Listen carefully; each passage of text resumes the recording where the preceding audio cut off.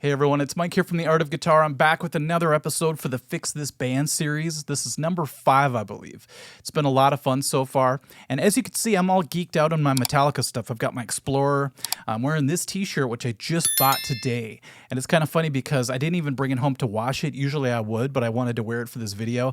And it still smells like the store I bought it from. It was kind of like this indie vinyl store. So it kind of has this incense mixed with like angst smell to it. Well, today I have a video from a band that appears to be a college band just playing for friends, and they're all wearing shades, which is nice because I don't have to blur out their faces like I had to for some of the other videos, so it saved me a lot of work. But like always, I'm going to play a segment of the video, then I'm going to make some commentary and talk about what I would do if I was coaching the band to try to like tighten them up a little bit to fix their mistakes or whatever, and then we'll watch some more and so on. Some people get mad because I commentate between the parts, but that's the whole point of the series. Otherwise, I would just point you to a link to their video. So let's get started. This one is super fun to watch. There's a lot of things that they could fix and a lot of things that are just entertaining in general. So let's go. How about a little round of applause for Con Smith on the guitar? Oh, yeah. There we go.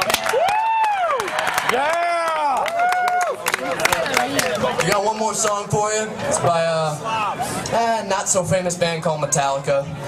Hope you enjoy it. Yeah. This song's called Enter Sandman. As it's original. That was sarcasm, if you couldn't tell.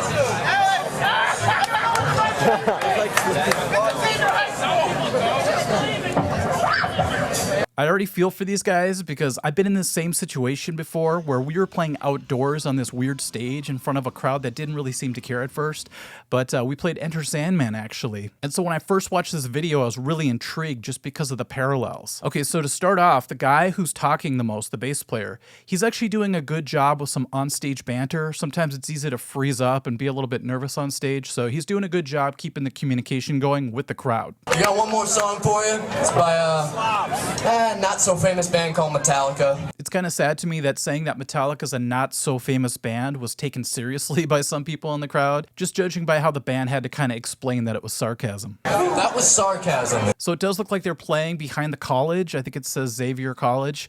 But, you know, just judging from the way the band looks, I can already tell that there's some red flags. First of all, they're about to play Metallica Enter Sandman, but they only have one guitar player on stage, who, by the way, has a pretty sweet guitar. Then you have a drummer with a 5-piece kit, which isn't the end of the world. You know, you could play Enter Sandman on a 5-piece kit just fine. But the way the toms are positioned, you know, they're so far apart, that's usually a bad sign. Every time I see a drum set up like that, the drummer is usually a bit hacky. And then the other red flag is that there's a keyboard on stage, and I'm trying to imagine how they're going to play Enter Sandman with a keyboard instead of another guitar. So I thought this is going to be very interesting. Let's keep watching. Who's bothering Ray Dazzo?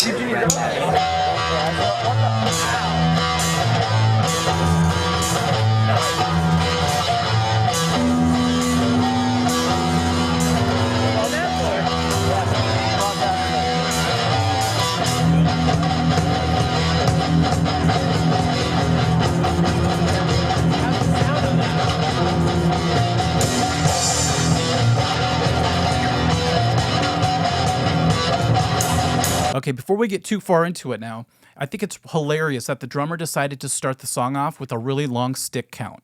Not just the 2, 3, 4, but a 1, 2, 1, 2, 3, 4. And he's doing a stick count, but the guitar player starts the song. There's nobody coming in with him, so there's really no need to do a stick count in the beginning. Just have the guitar player start it. Now, it's true that maybe it's to set the tempo, but it's really unnecessary. If you watch Metallica live, you'll see that James always starts the song. And then the guitar player comes in on the downbeat. And the weird thing about this song that was really hard to teach a lot of my students who didn't really understand rhythm too well is that a lot of the hits in the song are on the push. So it's on the and of 4. So for example, if you're playing this part,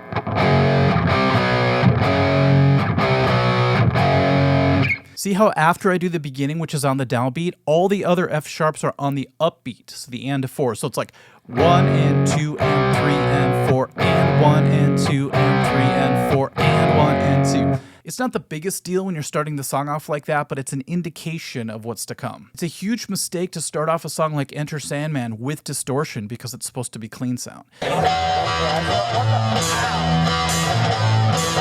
So you're not really serving the song by starting off with the wrong tone.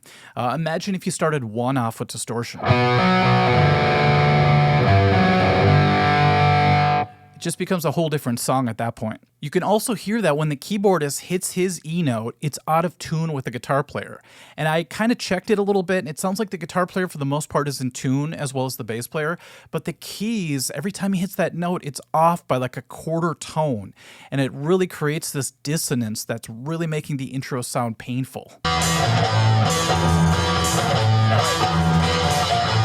When the drummer came in, it was funny because he's only using the kick drum to do that intro, and Lars Ulrich is hitting all these toms, including the kick drum, to create this powerful intro, this tribal type sound.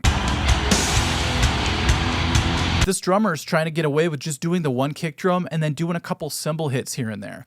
And if you know about drumming, every time you hit a cymbal by itself, it could be really weak sounding. So this is kind of what he was doing. I tried to recreate it earlier today.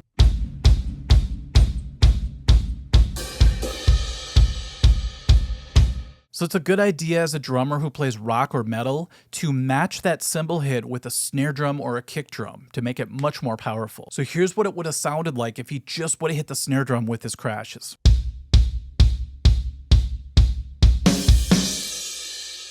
And the worst part of it to me, as a guitar player who also drums, is that there's no build-up, there's no dynamic to really let that main riff explode when it's supposed to kick in. So the main riff never really kicks in, it just sort of crawls in, if you will. All right, let's keep going.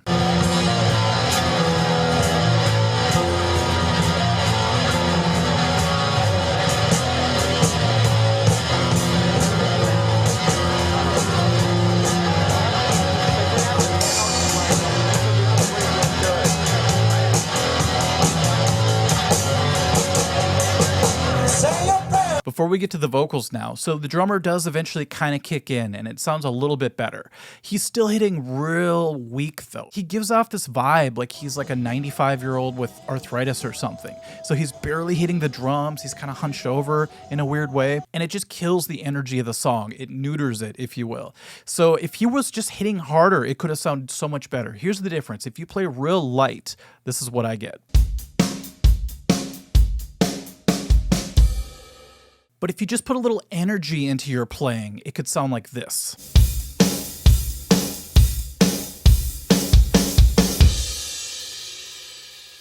And another thing that's annoying me is that the drummer is trying to throw in these Larsisms, you know, these snare hits that are kind of syncopated with a riff, when he's having trouble just keeping a steady beat grooving. It's kind of the equivalent of when a drummer can't hold it together and all of a sudden you see them twirling their sticks. It's kind of embarrassing. Okay, let's get to the verse now and hear what these vocals are like.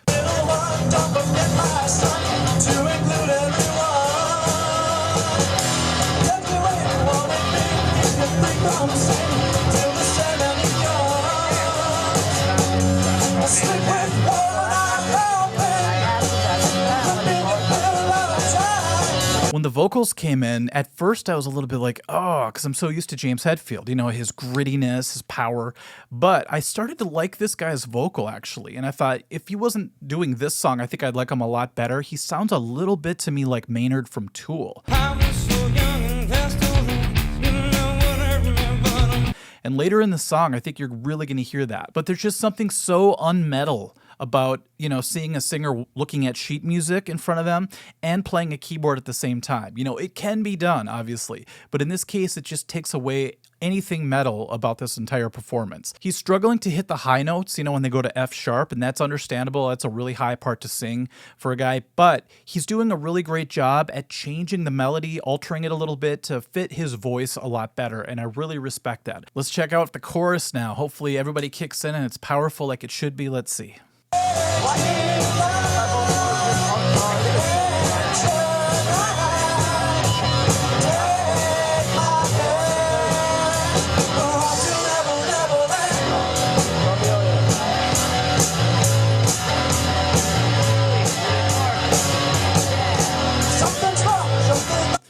that's such a bummer. As a guitar player who likes to play lead guitar, they completely cut him off right there. There's supposed to be this wah pedal lead. I think it's... I should have brought my wah pedal out here, sorry. I just did Kirk Hammett dirty by not using a wah pedal. She done me dirty. She done me dirty again. Kind of like this band just did this guitar player dirty by skipping over his part, his moment to shine. Now the band sounded pretty good in the chorus. It just seems like everything just kind of got a little bit more punchy. The drummer hit maybe a little bit harder, and it felt like a band finally, at least for a couple seconds.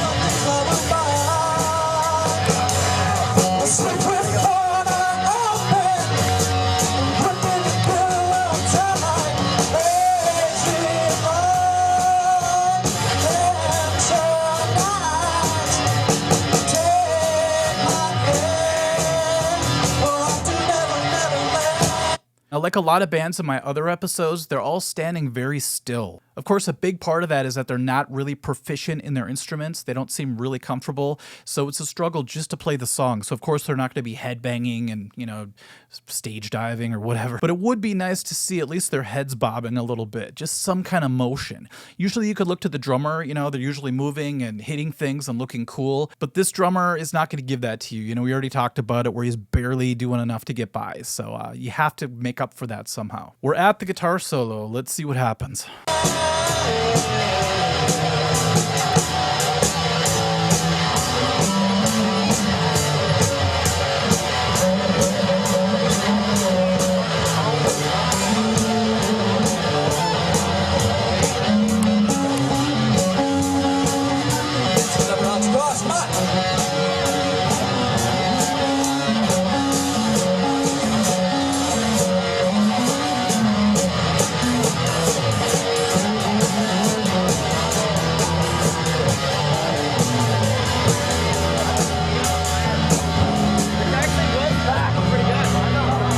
Oh, what a nightmare. So the guitar player doesn't even do the solo. When I heard the bass player kick into the solo, I almost lost it. I couldn't believe it. I was like, okay, let's hear what this is going to be like. And it actually sounded pretty cool. Except you can't really hear it above the mess of the rest of the band.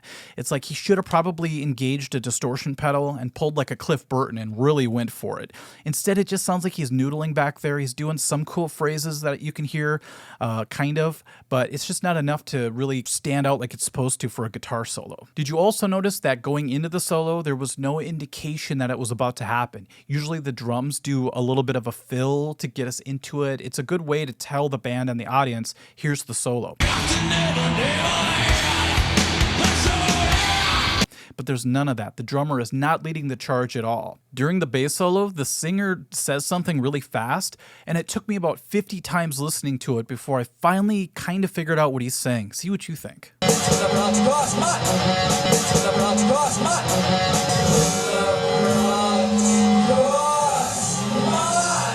So after, like I said, 50 times listening to that, I think he's saying, let's give it up for Alex Ross, come on.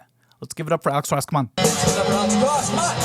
Nobody cheers because nobody can understand what he just said. Now, if he would have been like, let's hear it for Alex Ross, come on, that would have been a whole different thing. But it was just ineffective just because of how he said it. So sometimes you have to slow down and realize that just because you know what you're saying, it doesn't mean the crowd can understand you. We're up to the prayer part, the bridge. Let's hear it. Praise the Lord, my soul. If I die before I wake, pray my Lord, my soul to take. I have to pause it there and just say, the drummer finally hit some toms. It's a miracle. Unfortunately, the guitar player, once again, is in distorted tone. It's supposed to be clean sound, so it's completely distracting us from this whole prayer part. This next part, you're really going to hear the Maynard in his voice, I think. Hush, little baby, don't say a word, and never mind the noise that you heard. It's just the beasts under your bed, in your closet, in your building.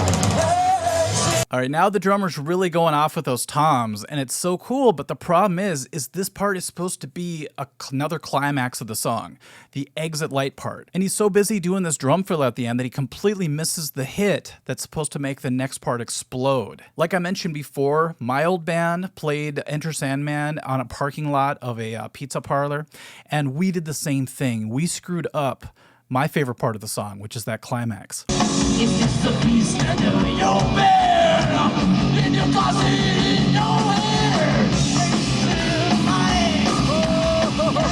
And a funny side note is that the guy who's filming us is actually my stepdad.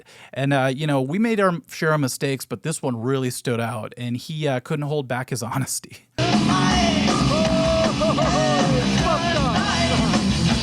We still have some more to go. I'm having a lot of fun. This is just bringing back a lot of memories of my past band as well, but let's keep going.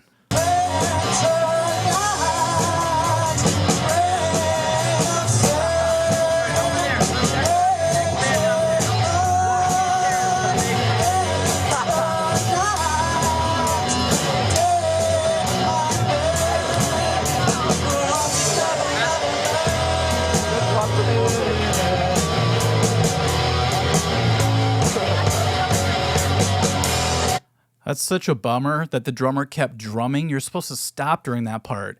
Then the guitar player is supposed to play the riff. Boom! Then another climax. This song just keeps punching you in the face. I do have to hand it to them. They did get the double chorus at the end. Some bands missed that. So that was impressive that they were able to pull that off. Let's hear the very end.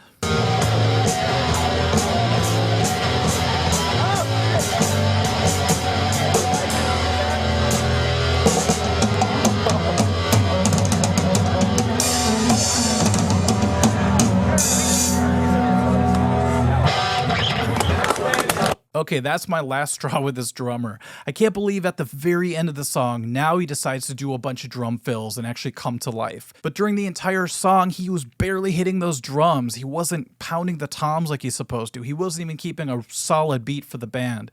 But at the very end, he's like, now's my time to shine, and he just starts going off. And the worst part is he's finally building up to something with all these drum fills, but then he doesn't hit the last hit.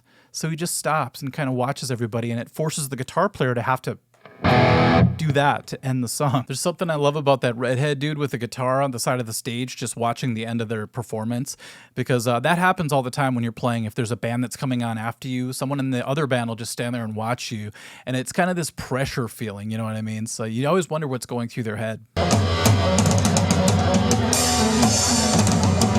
All right, let's see how the crowd responds at the end here.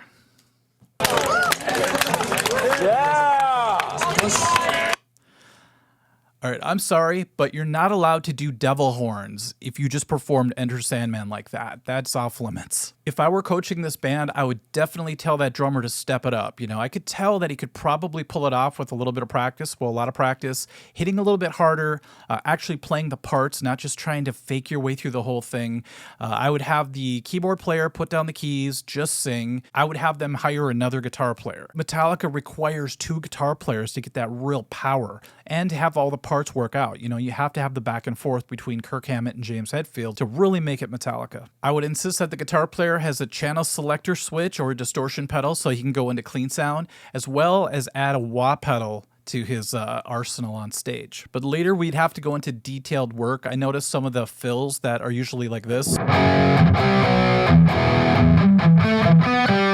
All those fills, they kind of fake their way through it. I think they went or something like that. I think that's AC/DC.